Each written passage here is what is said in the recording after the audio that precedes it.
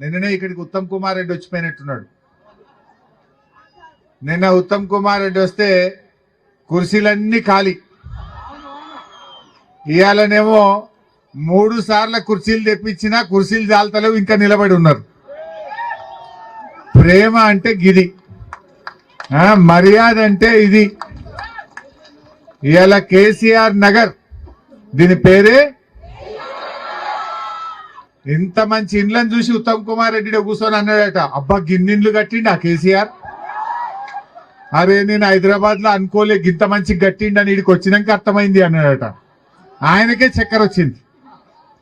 అంటే ఇవాళ ఒక్క విషయం ఆలోచించండి, 2 ఏళ్లలో ఒక్క మంత్రన్న ఇటు ముఖాన్ని వచ్చిండా? ఇప్పుడు లైన్లు కడుతురుగా పొంగిలేటి శ్రీనివాసరెడ్డి, ఆయన వెనుక దామోదరాయ నరసింహ, ఆయన వెనుక ఉత్తమ్ కుమార్ రెడ్డి, ఒక్క లైన్ కట్టిండు కొల్లూరు డబుల్ బెడ్రూమ్లకు. బిడ్డ దోసాలైంది మీ గవర్నమెంట్ వచ్చి, ఒక్కడన్నా ఇటు ముఖం చూసిండా చెల్లె? ఇటు ముఖాన్ని వచ్చిండా? ఇలా ఆలోచించండి.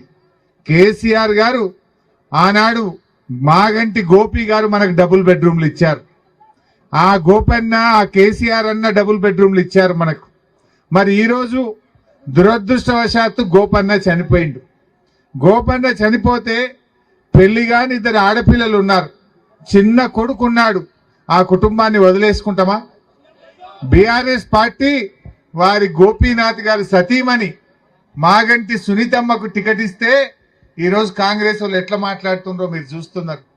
ఆ అమ్మాయి భర్తను కోల్పోతే ఎవరికైనా దుఃఖం రాదా? అంతా 2-3 నెలలు అయింది.